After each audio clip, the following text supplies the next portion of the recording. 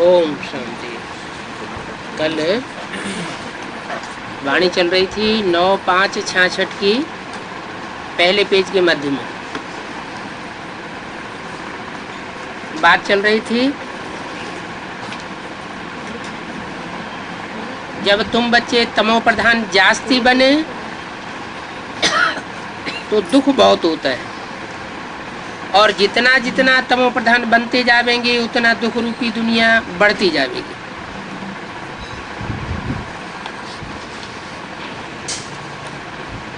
मनुष्य हिरास में आए बहुत त्राह त्राह करेंगे। ये बात अगले कल्प के लिए बताई है या इसी कल्प के लिए बताइए? बहुत त्राह त्राह करेंगे हैरासमेंट में आकर के, फिर अंत में जय जयकार हो जाएगी। तुम बच्चों ने जो विनाश दिव्य दृष्टि से देखा है तो फिर प्रैक्टिकल में जरूर देखना है।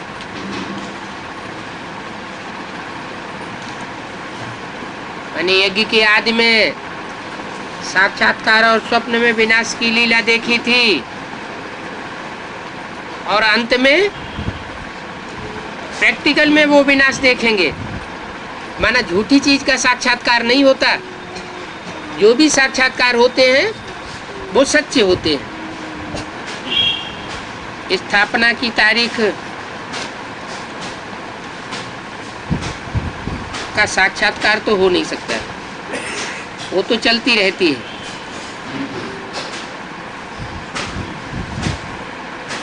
स्थापना का साक्षात्कार बहुत बच्चों ने किया है। छोटी बच्चियां बहुत साक्षात्कार करती थी, ज्ञान तो कुछ भी नहीं था। पुरानी दुनिया का विनाश भी जरूर होना है।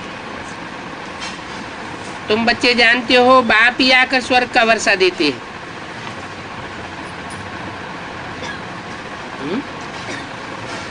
आकर स्वर्ग का वर्षा देते हैं, ऐसे नहीं आते हैं और फिर चले जाते हैं।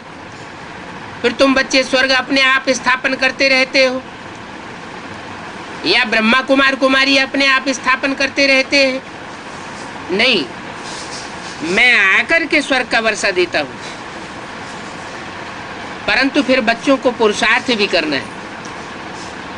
ऐसे नहीं कि बाप आकर के वर्षा देते हैं तो पुरुषार्थ करने की दरकार नहीं है। उच्च पद पाने का पुरुषार्थ जरूर करना है। तुम जानते हो 8-10 वर्ष में ये सब मिट्टी में मिल जाएंगे। कौन से सन की वाणी है? 66 की वाणी। और उस समय बाबा शिव बाबा ने ब्रह्मा के मुख से ये वाक्य उच्चारण किया कि 8-10 वर्ष में ये दुनिया मिट्टी में मिल जाएगी। तो मिट्टी में मिल गई क्या है? ये सब मिट्टी में मिल जाएंगे। कौन सब मिट्टी में मिल जाएंगे? कौन मिल गए मिट्टी में? 76 की बात है, बताई कोई मिले मिट्टी में क्या? कौन है? एक आत्मा मिट्टी में मिल गई है? अरे यहाँ तो मिट्टी में मिलने की बात है। यह सब मिट्टी में, एक आत्मा की बात नहीं। यह सब मिट्टी में मिल जाएंगे हैं? नहीं, ब्राह्मणों की संगम युगी दुनिया की बात बताई। ये ब्राह्मणों की संगम युगी दुनिया जिसमें इतना देह अभिमान बढ़ा हुआ है कि ब्रह्मा बाबा जैसी सहनशील आत्मा को नहीं परख सके, उनकी सच्चाई को नहीं जान सके, और उनका भी हार्ट फेल कर दिया। और किसी ने उंगली भी नहीं उठाई। तो बाबा कहते हैं ये सब देह अभिमानी सांढे हो गए हैं। देह को मिट्टी कहा जाता है। ये 8-10 साल रह गए हैं, इस 8-10 साल में ये सब देह अभिमानी की मिट्टी में मिल जाएंगे। कोई भी पक्का देह अभिमानी नहीं रहेगा, देही अभिमानी नहीं बचेगा। 8-10 वर्ष में ये देह अभिमानियों की दुनिया खलास होने वाली है। इसलिए मुसलमान कहते हैं कि जब विनाश होता है तब तक सारी दुनिया कब्र दाखिल होती रहती है। माना जो भी आत्माएं शरीर छोड़ती है उनका कहना है कब्र दाखिल हो जाते हैं, माने मिट्टी में मिल जाते हैं। अब वो बात नहीं है, मिट्टी में कोई आत्मा नहीं मिलती है, लेकिन जो आत्माएं देहाभिमानी हो जाती है उनको कहा जाता है देहाभिमान की मिट्टी में दब गए। तो ब्राह्मणों की संगमी की दुनिया के लिए बताया कि ब्रह्मा के द्वारा जिन ब्राह्मणों की संगमी की दुनिया को उस समय ज्ञान मिल रहा था, वो सत्युगी शूटिंग में तामसी स्टेज पाने के कारण, चौथी अवस्था में पहुंचने के कारण सन 76 में सारे के सारे देह अभिमान की मिट्टी में आ गए।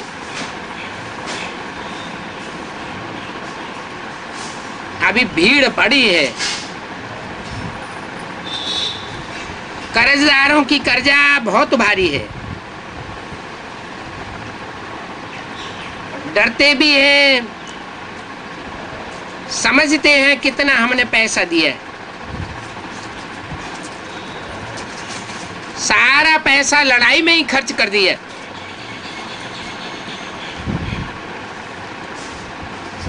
फिर ये हमको मिलेगा कब? ऐसे ऐसे ख्यालात वो लोग करते रहते।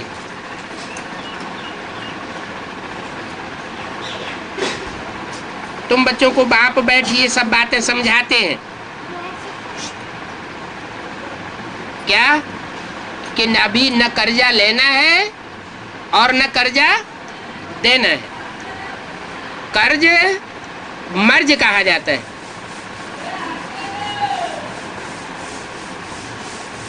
वो थोड़े ही जानते हैं कि अभी बाकी थोड़ा समय है। कर्ज देने लेने की बात ही नहीं। बाप तो कहते हैं मैं तो दाता हूं, मैं किसी का लेकर के नहीं जाता हूं। मेरे अर्थ अर्थात ईश्वर के अर्थ जो भी देंगे मैं तुमको यहाँ का यहाँ भी वापस कर दूंगा, और 21 जन्मों के लिए इंटरेस्ट भी दे दूंगा। बाप कोई से लेकर के रखते नहीं है, मैं तो तुमको देने आया हूं। बाकी मनुष्य आपस में जो लेन देन करते हैं वो तो सब मिट्टी में मिल जाना है। मनुष्य कहते हैं पतित पावन आओ। आओ क्यों कहते हैं? जरूर आकर के पतितों को पावन बनाते हैं। ऐसे नहीं कि ब्रह्मा के तन में आवे और चले जावे, फिर तुम अपने आप पुरुषार्थ करके पति से पावन बनते रहते हो। नहीं, मुझे आना पड़ता है, आकर के हमको पावन बनाओ कहते हैं ना। माना ऐसे नहीं है कि चले जाते हैं तो जाकर के पावन बन जाते हैं। बाप का चला जाना बना खेल खलास, सारी दुनिया पावन बन जाती है। एक भी मनुष्य आत्मा इस सृष्टि पर पतित रूप में नहीं रह सकती। बाप सबको आकर के पावन बनाते, लेकिन आकर के पावन बनाते हैं। ऐसे नहीं कि मेरी अनुपस्थिति में तुम पावन बन जाते। बाप कहते हैं तुम बच्चे कितने बेसमझ बन पड़े हो। क्या देह अभिमानी की मिट्टी में मिल जाएंगे का मतलब क्या हुआ? बेसमझ हुए या समझदार हुए? बेसमझ हुए। सारी ब्राह्मणों की दुनिया ने ये समझ लिया कि ब्रह्मा के तन में बाप आया और चला गया।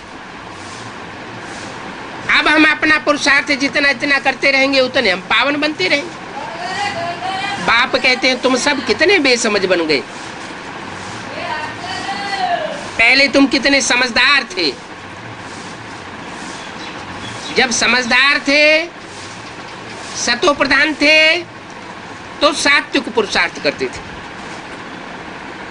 अभी तो तमो प्रधान बन पड़े हो।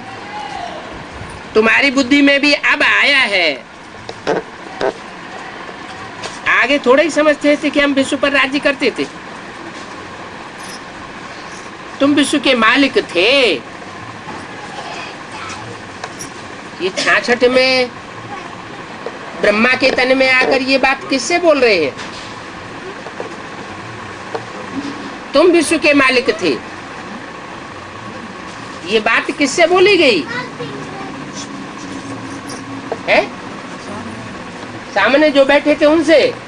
एक तरफ उनसे बोल रहे हैं तुम मिट्टी में मिल जाओगे और सारी दुनिया मिट्टी में मिल जाएगी 8-10 वर्ष में।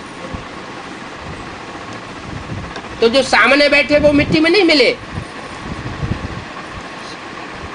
66 में जो भी बाबा के सामने बैठे हुए थे वो सारी ब्राह्मणों की दुनिया मिट्टी में नहीं मिल गई। अब मिट्टी में मिल गई तो विश्व के मालिक तुम बन जाओगे, ये कैसे कहा? माना बाबा कोई बच्चों को इमर्ज करके बोलते हैं। जिन बच्चों को इमर्ज करके बोला वो बच्चे बाबा की तीसरे नेत्र की दृष्टि के सामने हैं और उनको कहा कि तुम विश्व के मालिक बनेंगे। विश्व के मालिक थे और फिर जरूर बनेंगे। हिस्ट्री ज्योग्राफी रिपीट होगी। क्या यज्ञ के आदि में भी तुम विश्व के मालिक थे? जो भी ब्राह्मणों की सृष्टि रची गई उसमें तुम मालिक थे। और अंत में जो 8-10 वर्ष पूरे होने वाले हैं उसमें जो नई विश्व की सृष्टि रची जाएगी उसमें भी तुम मालिक बनेंगे। बाप ने समझाया है। 5000 वर्ष पहले मैं आया था।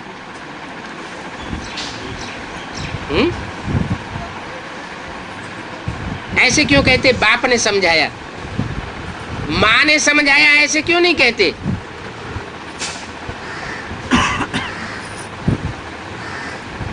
माँ के समझाने की बात नहीं है। बाप माना सुप्रीम सोल बाप, जो राम बाप की आत्मा में आया था। उसने यज्ञ के आदि में भी समझाया था कि 5000 वर्ष पहले मैं आया था। अभी भी मैं समझा रहा हूं। 8-10 वर्ष पड़े हुए हैं। ये दुनिया खलास होने वाली है। तुम विश्व के मालिक बन जाओगे। माना ये शूटिंग पीरियड में जो सतयुगी सतो प्रधान शूटिंग से लेकर के तमो प्रधान शूटिंग सन 76 तक होने वाली है वो 5000 वर्ष की जैसे आवृत्ति होने वाली है। जो नई विश्व बननी है उसमें तुम मालिक बनेंगे। हिस्ट्री ज्योग्राफी इस तरह रिपीट होती रहती है। तुमको स्वर्ग का मालिक बनाया था, फिर तुम 84 जन्मों की सीढ़ी उतरते हो। तुम उतरते हो और धर्म में जो कन्वर्ट होने वाली आत्माएं हैं उनको तो 84 जन्म मिलते ही नहीं। ये विस्तार और कोई भी शास्त्रों में नहीं है। शिव बाबा ने कोई शास्त्र पढ़ा है क्या? नहीं। उनको तो ज्ञान की अथॉरिटी कहा जाता है। जो स्वयं ही ज्ञान की अथॉरिटी है उसको मनुष्य गुरुओं की लिखी हुई किताबें पढ़ने की क्या दरकार है? वो लोग भी शास्त्र आदि पढ़ करके शास्त्रों की अथॉरिटी बनते हैं। कौन लोग? वो गुरु लोग। कौन से गुरु लोग? बाहर की दुनिया के नहीं, ब्राह्मणों की दुनिया में भी जो गुरु लोग हैं वो शास्त्र अर्थात कागज के पत्ते पढ़ पढ़ करके शास्त्रों की अथॉरिटी बनते हैं। जो बाबा ने बोला वो थी असली मुरली। उस मुरली को कागज में छपाई दिया गया, उसमें कुछ न कुछ अल्टरनेशन करेक्शन किया गया, वो ही पढ़ पढ़ करके शास्त्रों की अथॉरिटी कहे जाते हैं।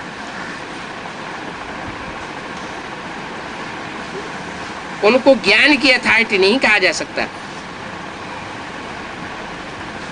वो लोग समझ लेते हैं कि वो ज्ञान की अथॉरिटी है। वो भी गाते हैं पतित पावन आओ, गंगा स्नान करने के लिए भी जाते हैं, फिर गस्से मारते रहते हैं कि पाप आत्माएं स्नान करके नदियों के पानी को पतित बनाई देती हैं और हम उन नदियों में पांव डालते हैं तो नदियां पावन बन जाती हैं। ये बाहर की दुनिया की बात है या अंदर के ब्राह्मणों की दुनिया की बात है? अंदर ब्राह्मणों की दुनिया में भी ऐसे शिवो हम कह के बैठे हुए हैं जो अपने डायरेक्शन पर चलाने लग पड़ते हैं नदियों को।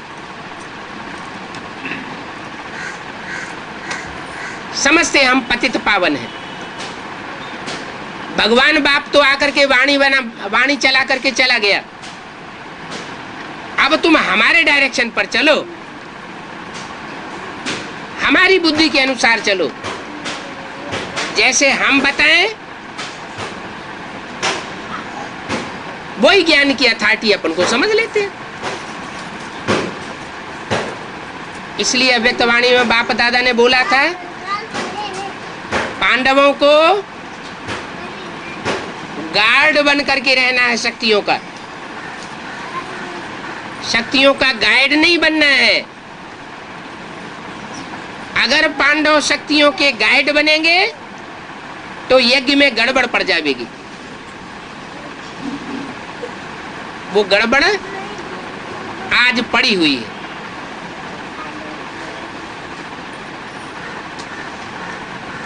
तो वो सन्यासी कहते हैं, वो शास्त्रवादी से वो हम कहने वाले कहते हैं कि हम चरण डाल करके गंगा को पावन बनाए देते हैं।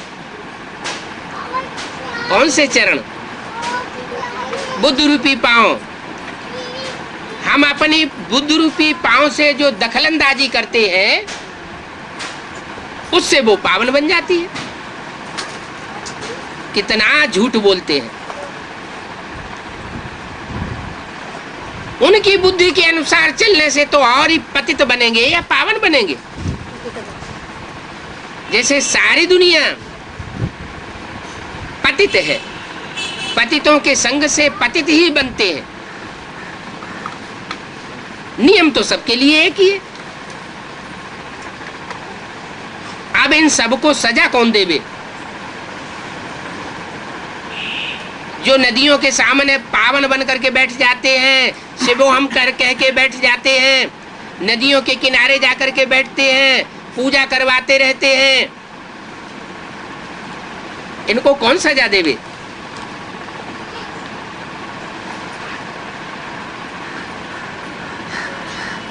सजा तो देनी पड़े। उन्होंने तो गृहस्थी मार्ग छोड़ दिया है, छोड़ दिया है मैंने। उनकी गृहस्थी नहीं है क्या? ब्राह्मणों की संगमी की दुनिया में जो सन्यासी है उनकी गृहस्थी नहीं है क्या? वो तो कहते हैं हमारा बाप आया हुआ है, हम माँ बाप के बच्चे हैं? कहते हैं, लेकिन प्रैक्टिकल में माँ बाप तो नहीं है। माँ बाप कहना अलग बात है और प्रैक्टिकल में माता पिता होना और उनकी प्रैक्टिकल मत पर चलना वो एक अलग बात हो जाती है। भक्ति मार्ग को उन्होंने तो छोड़ दिया, वो भक्ति भी नहीं करते। सन्यासी लोग, सन्यासियों को भक्ति मार्ग में आना ही नहीं चाहिए, भक्ति मार्ग के कर्म कांड करना ही नहीं चाहिए, वो तो है ही निवृत्ति मार्ग वाले। उनको शास्त्रादि पढ़ने का भी हक नहीं है, उन्हें शास्त्रों से क्या लेने देना, उन्होंने तो दुनिया छोड़ दी। उन्हों की तो पहले जंगल में परवरिश होती थी, जब सतो प्रधान थे तब बिना मांगे सब कुछ उनको मिल जाता था, जंगल में बैठे बैठे ही, क्योंकि प्योरिटी की पावर थी। कौन से सन्यासियों की बात हो रही है? हाँ, ब्राह्मणों की दुनिया के सन्यासियों की बात हो रही है। जब माउंट आबू में 51-52 में बैठे हुए थे तो एकांत जंगल में रह करके तपस्या कर रहे थे, वहां ही उनको सब कुछ मिल जाता था। अभी तो शहरों में घुस पड़े हैं, क्योंकि तमो प्रधान बन गए हैं और अभी बड़े बड़े महल बनाते रहते हैं। क्या प्रूफ दिया? पहले सतो प्रधान थे तो जंगल में एकांत में रहते थे, और अभी तमो प्रधान बन गए हैं तो शहरों में घुस करके पब्लिक से पैसे मांग मांग करके बड़े बड़े कंक्रीट के महल माड़ियां बनाते रहते हैं। आगे तो स्त्रियों से घृणा करते थे, अब तो माइयां उनको गुरु बनाए, उनके चरण धो करके पीती है। किसकी बात बताई? उनकी बात बताई जो ब्राह्मणों की दुनिया में शक्तियों को इस समय कंट्रोल कर रहे।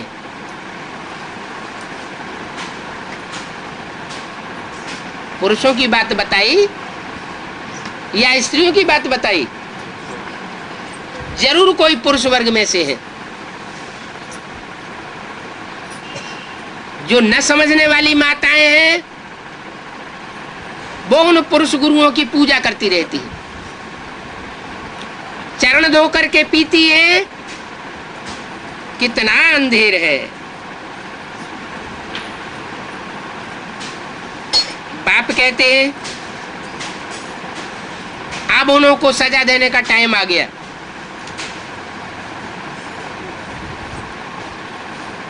मैं अच्छी रीति सजा दूंगा। क्या सजा देंगे? बबूल के डंडे चलाएंगे क्या?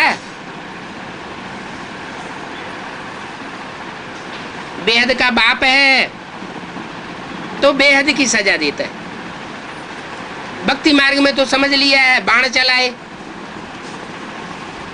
बाणों से घायल किया। कोई लोहे के बाण होंगे? नहीं, यहाँ तो ज्ञान के डंडे हैं, ज्ञान के बाण हैं। मुरली वही है, वही मुरली जब ब्रह्मा के मुख से बोली जा रही थी बहुत मीठी तान लगती थी, और वही मुरली जो तमो प्रधान हो गए, तमो प्रधान सांढे बन गए, देह अभिमानी की मिट्टी में मिल गए, तो 76 में वही मुरली ऐसा रूप धारण करती है कि उनको नगाड़े के समान तीखी आवाज वाली लगती है, गड़गड़ाहट वाली लगती है। वो राम के बाण लगते हैं। कहते हैं ना, ये तो ऐसे बोलता है जैसे बाण मारता हो। इसकी वाणी तो ऐसे है जैसे घायल कर देती है।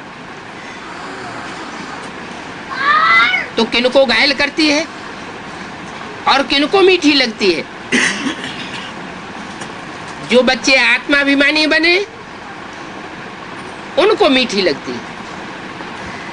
इसलिए मुरली में बोला था, आत्मा रूपी सुई की सारी कट उतरने पर तुम बच्चे डायरेक्ट बाप से सीखेंगे। तो 76 के बाद जिन बच्चों ने डायरेक्ट बाप से सीखना शुरू किया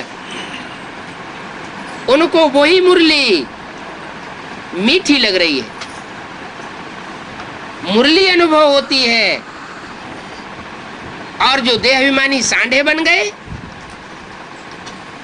उनको वो तीखे तीखे बाण अनुभव हो रहे। बाप कहते हैं मैं उनको अच्छी रीति सजा दूंगा। एक तरफ परमात्मा नाम रूप से न्यारा कहते हैं, फिर खुद को इसे वो हम कह के बैठ जाते। जब नाम रूप से न्यारा है तो अपन को भगवान समझ करके क्यों बैठ गए? उनका तो नाम रूप सब होता है। किन्हों का? परमात्मा बाप का।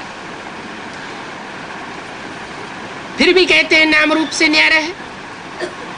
अब नाम रूप से न्यारा होगा तो गीता ज्ञान कैसे सुनावेगा? पतितों को पावन कैसे बनावेगा?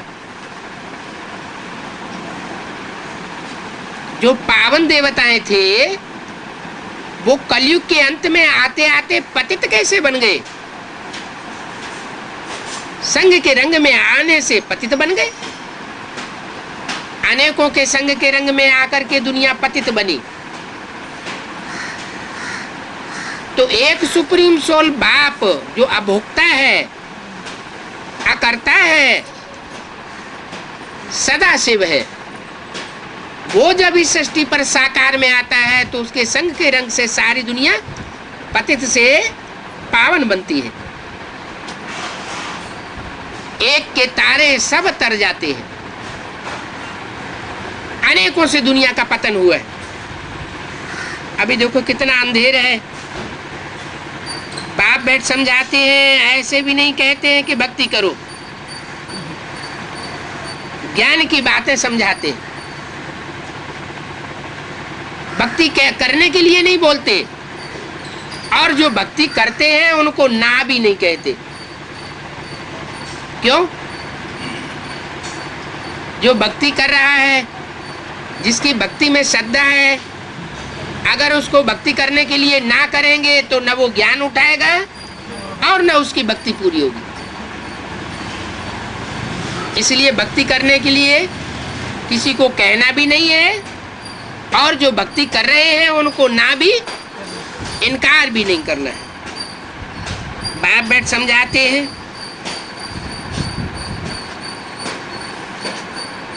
कि किसी में भक्ति भी ना हो और ज्ञान भी ना हो तो बेचारे दोनों जहान से चले जाएंगे।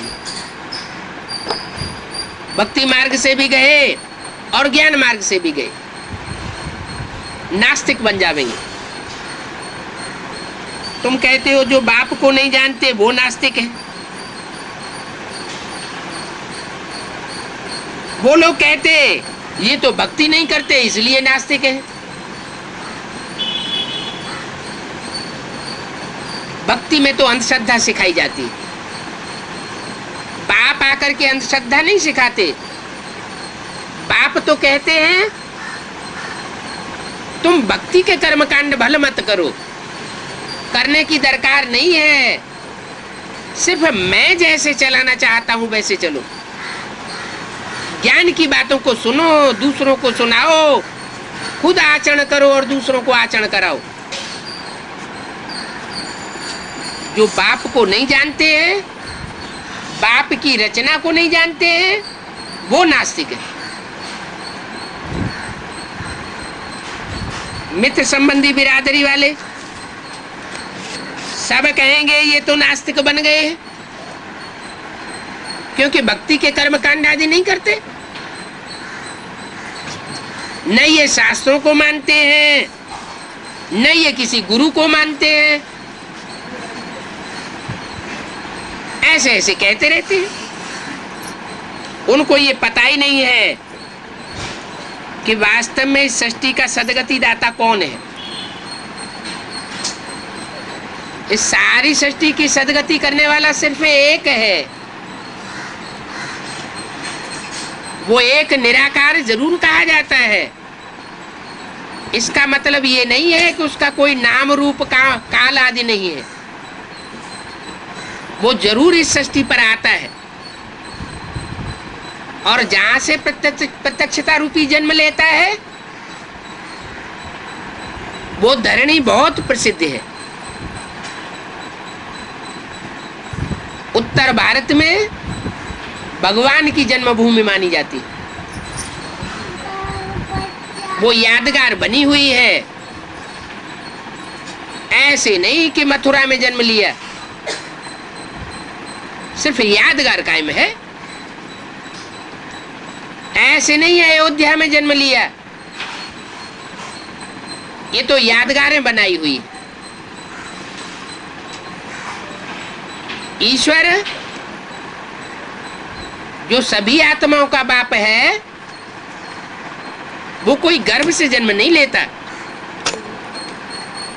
स्थूल गर्भ से अगर जन्म लेता हो तो उसकी यादगार कायम रहे। ये तो द्वापर युग से ही बना बैठ करके बनाए हैं। अयोध्या धाम, मथुरा धाम, वृंदावन धाम,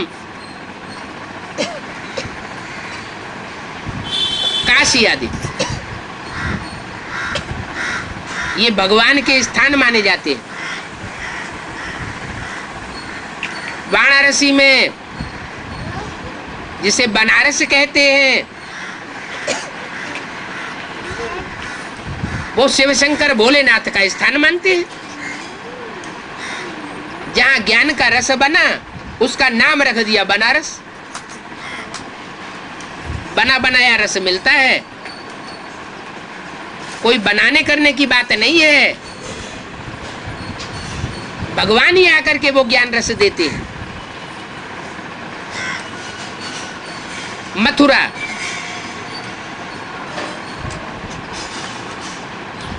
मथ, मथने को कहते हैं मथ। जैसे दही को भिगोया जाता है तो कहते हैं मथ।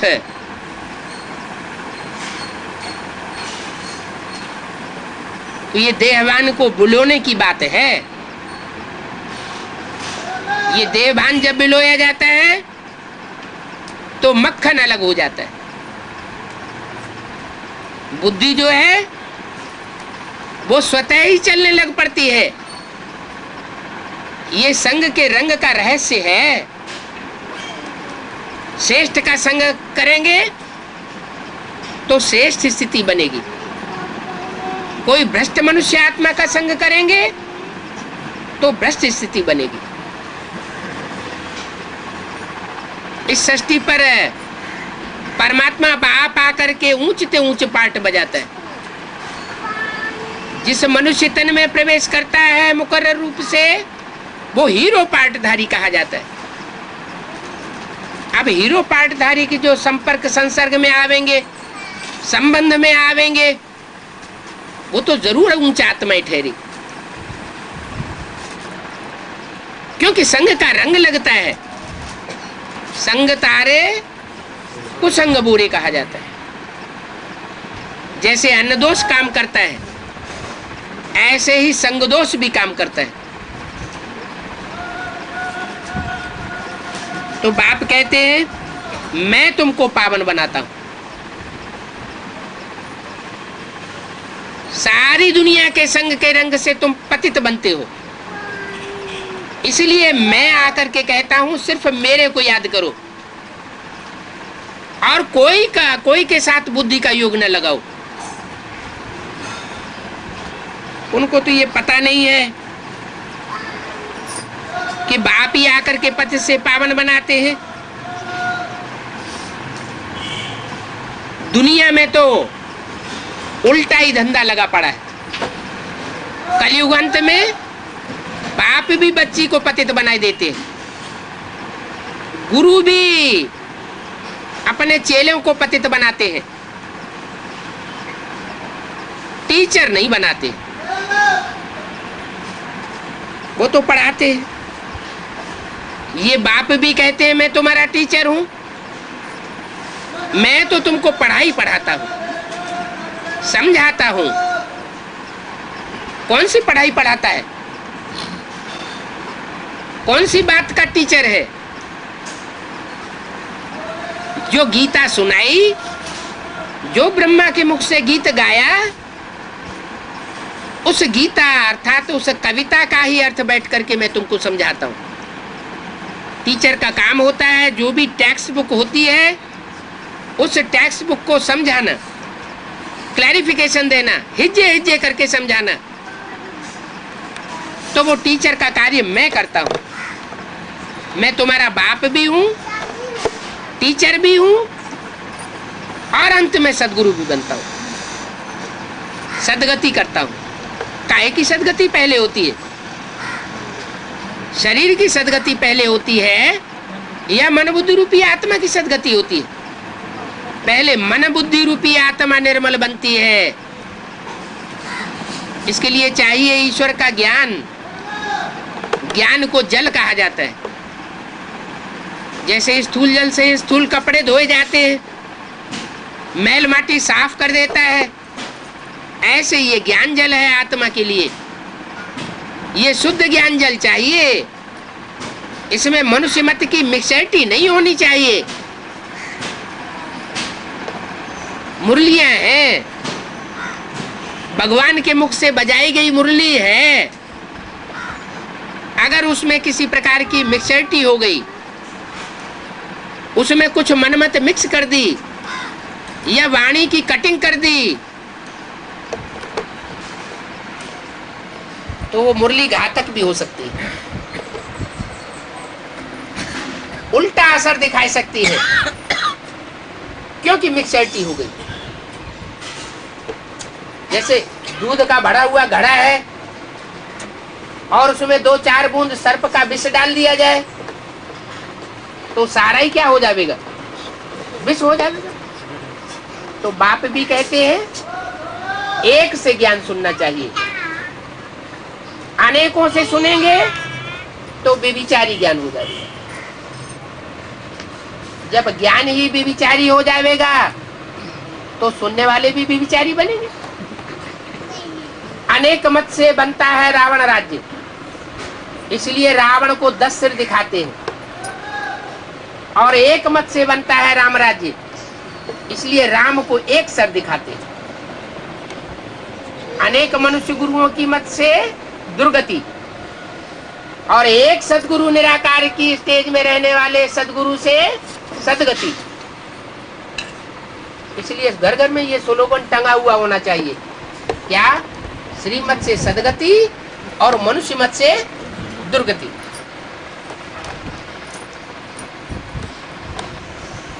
तो बताया ये बाप कहते हैं मैं टीचर हूं, तुमको पढ़ाने के लिए आता हूं। ऐसे नहीं हम पर कृपा कर दो। स्कूल में कोई टीचर से कहता है? कोई बच्चे कहते हैं हे टीचर हम पर कृपा कर दो? कृपा की बात ही नहीं।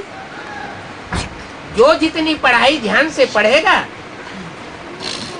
महत्व देगा, तो अच्छे नंबरों से पास होगा। मैं तो टीचर हूं, तुम मेरे से कृपा आदि क्या मांगते रहते हो? कृपा आदि की सिस्टम तो गुरुओं से पड़ी है। कृपा दृष्टि दे दो। बाप कहते हैं तुम बच्चे जितनी सेवा करते हो, ईश्वरीय सेवा से तुमको खुशी का मेवा स्वतः ही मिलता है। क्योंकि बाप सर्वसेवल बच्चों को याद करते हैं। जो डिससर्विस करने वाले बच्चे हैं उनको याद नहीं करते। तो तुम जितनी ईश्वरीय सेवा करोगे उतना तुम्हारे ऊपर स्वतः ही कृपा दृष्टि बरसती रहेगी। ये स्थूल आंखों की कृपा दृष्टि की बात नहीं है। स्थूल आंखों से देखी हुई चीज सिर्फ याद आती है, ऐसे नहीं कि कृपा दृष्टि बरस जाती है। ऐसे तो बाप सबको ही देखते रहते हैं। तो देखने मात्र से क्या सदगति हो जाएगी? नहीं।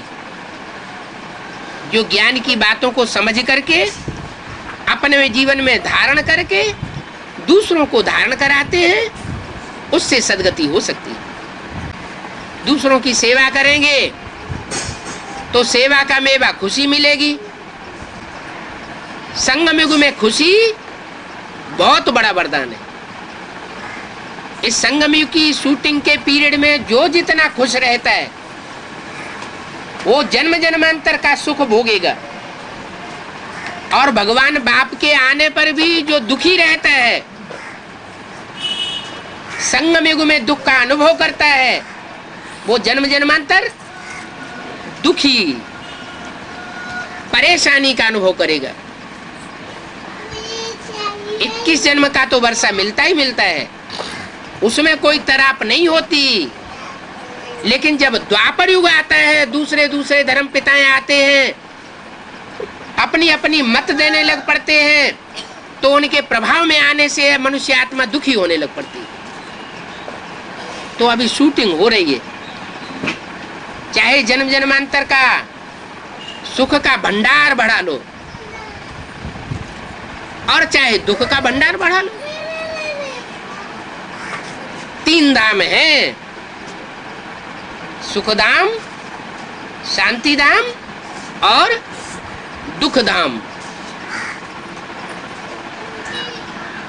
कोई आत्मा जन्म जन्मांतर शांति धाम का अनुभव करने वाली बनती है, कोई आत्माएं जन्म जन्मांतर सुख धाम का अनुभव करने वाली बनती है, और कोई आत्माएं ऐसी भी ब्राह्मणों की संगमी की दुनिया में है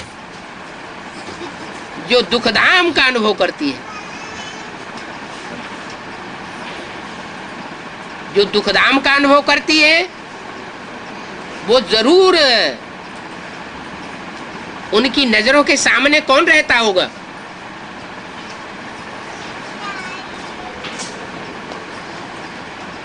कौन रहता होगा?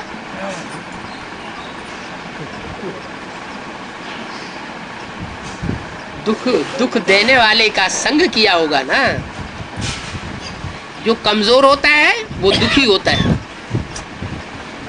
और जो पावरफुल होता है वो सुखी रहता है। कमजोर कैसे बनता है?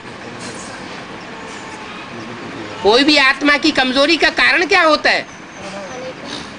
कमजोरी का कारण है अनेकों का संग का रंग। एक को याद करने से पावरफुल बनती है आत्मा। जो एक ऊंचे से ऊंचा है, उस एक ऊंचे से ऊंचे को अगर पहचान लिया तो पावर का पारावार नहीं रहेगा। और अनेकों का संग करने से व्यभिचार बढ़ता है। व्यभिचार बढ़ने से कमजोरी आती है, और जहां कमजोरी होगी वहां दुख अनुभव होगा। 3 मूर्तियों में से एक मूर्ति की पूजा क्यों नहीं होती? मंदिर क्यों नहीं बनते?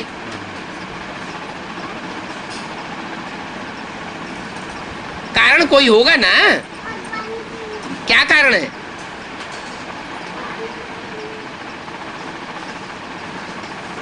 उनका नाम ही है ब्रह्मा।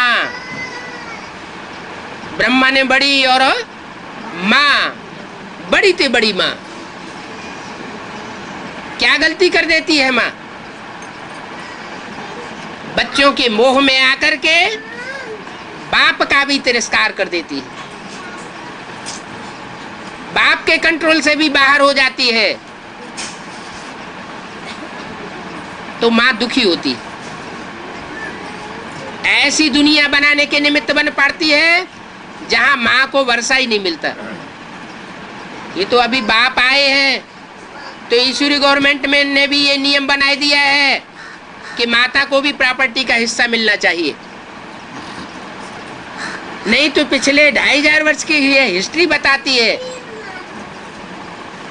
माँ बनती है, बच्चे को 9 महीने पेट में पालन करती है, परवरिश करती है, बच्चा बड़ा हो जाता है, उसका सहन करती रहती है। माँ बाप के कंट्रोल में रहती है तब भी सहन करती है, पति के कंट्रोल में रहती है तब भी सहन करती है, और पति खुदान खास्ता चला जावे, शरीर छोड़ देवे, तो बच्चों के कंट्रोल में रह करके दुखी होती है। एक जन्म में स्त्री बन करके माता बनना पड़ता है और एक जन्म में पुरुष बन के पिता बनना होता है।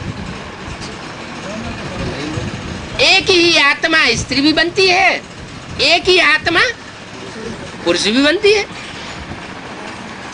कोई आत्मा ऐसा पुरुषार्थ करती है कि ज्यादा जन्मों में पुरुष चोला धारण करती है, और कोई आत्मा ऐसा पुरुषार्थ करती है कमजोर कि ज्यादा जन्मों में स्त्री चोला धारण करती है। क्योंकि मुरली में बोला है एक जन्म स्त्री एक जन्म पुरुष का तो मिलता है, ये तो 21 जन्म चलता है, वहां कोई बैलेंस बिगड़ता नहीं पाप पुण्य का। लेकिन बाकी जो 63 जन्म है उनमें बैलेंस बिगड़ जाता है। बैलेंस बिगड़ने के कारण कोई कोई आत्मा 2 जन्म पुरुष के भी ले सकती है और 2 जन्म लगातार स्त्री के भी ले सकती है। तो ये हिसाब बन जाता है। इसलिए रोना रोने की बात नहीं है कि मैंने स्त्री चोला क्यों लिया, बल्कि बाप तो कहते हैं स्त्री चोला लिया तो बहुत अच्छे, क्योंकि बाप की छत्र छाया विशेष किसको मिली हुई है? कन्याओं माताओं को विशेष छत्र छाया मिली हुई है। कन्याओं माताओं को सरेंडर किया जाता है, भाइयों को सरेंडर नहीं किया जाता, क्योंकि ये तो बहुत बड़ी पार्शलिटी है, पक्षपात है। भगवान भी आकर के पक्षपात करता है, पक्षपात नहीं है। ये दुनिया ऐसी बन गई है जहां कन्याओं माताओं को शरण कोई दे नहीं पाता ऐसी जिससे उनकी सुरक्षा हो पाए। बाप ही आकर के उनको सुरक्षा देते हैं, और कन्याओं माताओं को ही आज की पतित दुनिया में सुरक्षा की जरूरत है। पुरुषों को सुरक्षा की क्या जरूरत? इसलिए शास्त्रों में बैलपाल कन्हैया गाया हुआ है या गौपाल गाया हुआ है? गौपाल कन्हैया गाया हुआ है। क्यों गाया हुआ है? कि गौ उसको कहा जाता है जो गौ स्वभाव का हो। स्वभाव संस्कार ही भारत की कन्याओं माताओं का ऐसा है, उनको सारा जीवन जिस खूंटे से बांध दिया जाता है, सारा जीवन उस खूंटे से चुपचाप बंद करके अपना जीवन बिताती है। ये भारत की कन्याओं माताओं की कथा है। इसलिए कथाओं में शास्त्रों में लिखा हुआ है कि धरणी माता पर जब पाप का बोझा बहुत बढ़ गया तो उस धरणी माता की सुरक्षा करने के लिए भगवान को आना पड़ता है। भगवान का रूप धारण करके आता है, कन्याओं माताओं की सुरक्षा करता है। इसलिए संगम युग में, खास करके वर्तमान संगम युग में स्त्री चोला लेना ये तो भाग्य की बात है। चाहे वो माताएं बांधेली हो, चाहे वो माताएं निर्बंधन हो, और चाहे वो कन्या हो। कन्या है तो और ही अच्छा, पवित्र होती है, निर्बंधन होती है। माताओं को तो बंधन में बंधना पक्का हो गया, क्योंकि शादी की है, जिसके साथ शादी का कंगन बांधा है उसके अंडर में चलना पड़े। लेकिन बाप कहते हैं कोई बात नहीं, मन को तो कोई नहीं बांध सकता, और मनसा सेवा ही सबसे बड़ी सेवा है। मनसा के द्वारा ही सृष्टि परिवर्तन होगी। तन से भागदौड़ की जाती है, वाचा से भाषण किया जाता है। अभी तक ब्राह्मणों की दुनिया में कितनी भागदौड़ हुई, कितनी भाषणबाजी हुई, भारत का और दुनिया का परिवर्तन कितना हुआ। इसलिए बोला कि मन के मौन से नई रंगत निकलेगी। क्या? जब हर तरीके से थक जावेंगे, तन से भी थकान हो जाएगी, वाचा से भी थकान हो जाएगी, तो एक मन ही आसरा रह जाता है। और मन जब एक को पकड़ लेता है एक की पावर को पहचान लेता है तो उस याद में मस्त हो जाता है। और वो याद अव्यभिचारी याद होनी चाहिए जो कमाल करके दिखावेगी। जो बहुत दुखी होता है वो बहुत याद करता है। कहते भी है दुख में सुमिरन सब करें, सुख में करे न कोई। जो पावरफुल होता है उसको किसी का आधार लेने की दरकार नहीं। और जो कलयुग के अंत में आकर के अबला कहा जाता है, कन्याएं माता ही अबला कही जाती है, तो उनको भगवान आकर के शेल्टर देता है, शरण देता है। गोवर्धन पहाड़ गाया हुआ है, शास्त्रों में जो भी नाम है काम के आधार पर है। गौ माना कन्याएं माता है। उन्होंने तो जानवर गऊओं को समझ लिया है कि भगवान ने आकर के जानवर गऊओं को चराया। नहीं, ये भारत की कन्याएं माताएं ही गऊ के मुआफिक है। उन कन्याओं माताओं को इकट्ठा करके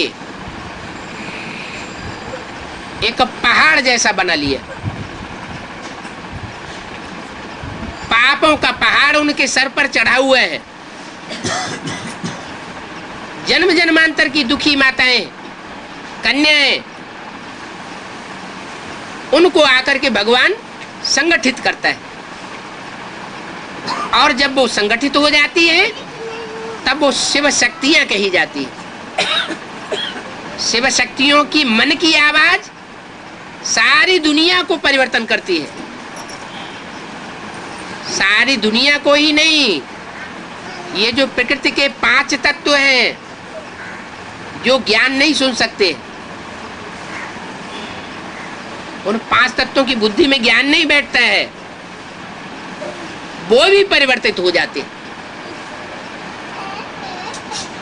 जो ज्ञान सुनता है वो तो ज्ञान से परिवर्तित हो सकता है, लेकिन जो जड़त्वमुही बुद्धि वाले हैं, प्रकृति का पोषण करने वाले हैं,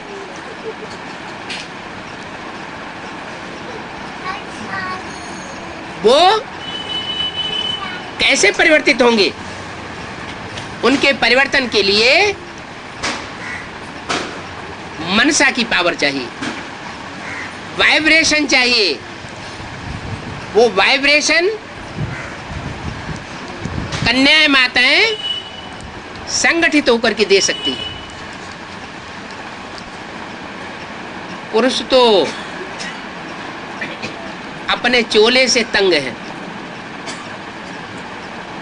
उनको तो टाइटल दे दिया पुरुष सारे ही दुर्योधन दुशासन। एकांत पाए करके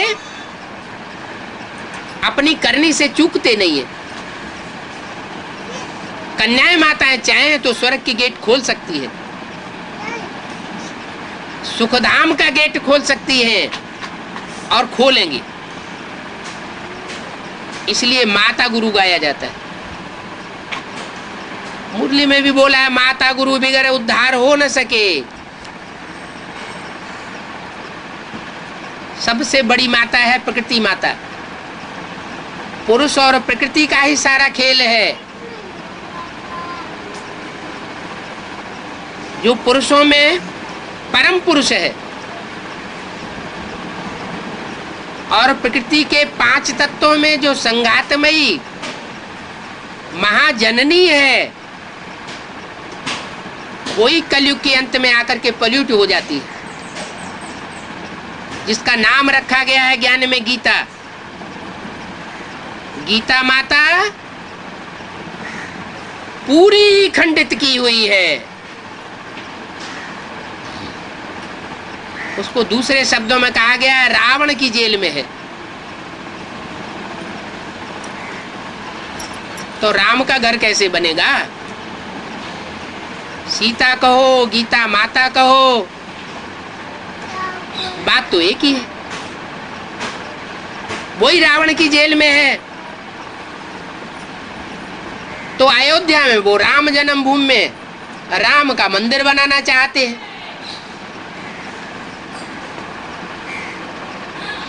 मंदिर कहो, घर कहो, घर घर की धरित्री बनाएगी, ये आज की तमो प्रधान दुनिया के मनुष्य बनाएंगे?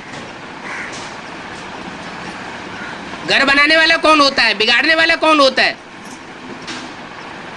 घर की धरणी के लिए कहते हैं, घर की धरणी अच्छी हो तो घर स्वर्ग बन जाए, और घर की धरणी अगर बिगड़ी हुई हो तो घर नरक बन जाए। ये सारी सृष्टि हमारा कुटुंब है। कुटुंब नरक भी बनता है। जब वो महाकाली का रूप धारण करती है तो खून खराबा सारी सृष्टि पर हो जाता है। जितने भी आसुरी संस्कार हैं वो सब मिट जाते हैं, श्रेष्ठ आत्माएं बची रहती हैं। उनको कहा जाता है सूर्यवंशी, पावन आत्माएं, जो नई सृष्टि में नया जन्म लेकर के विश्व का संचालन करती। अभी वो दुनिया आने वाली है। बाप कहते हैं अभी इस अंतिम जन्म में ऐसा पुरुषार्थ करना है जिससे कोई ऐसा संग का रंग न लगे जो हम फिर से पीछे की ओर चले जाएं। हम उल्टी सीढ़ी चढ़ के ऊपर चढ़ रहे हैं। कलयुग से सतयुग में जाना है तो हमारे वाइब्रेशन ऊंचे उठने चाहिए। घड़ी घड़ी मन को चेक करना है, दृष्टि को चेक करना है कि हमारी दृष्टि और वृत्ति पतित बन रही है या पावन बन रही है। हमारे स्वप्न सात्विक स्वप्न हैं या तामसी बन रहे हैं। ऐसे तो स्वप्न आना ही नहीं चाहिए, क्योंकि समय की वैल्यू का अगर पता है तो 4-5 घंटे की सॉलिड नींद होनी चाहिए, स्वप्न होना ही नहीं चाहिए। व्यर्थ संकल्प आते हैं तो व्यर्थ स्वप्न भी आते हैं। समर्थ संकल्प आवेंगे तो स्वप्न भी अच्छे अच्छे आवेंगे, और निराकारी स्टेज बनेगी तो निर्विकारी आत्मा निरहंकारी पने का अनुभव भी करेगी और दूसरों को भी कराएगी। फिर स्वप्न आना बंद हो जाएगा। ओम शांति।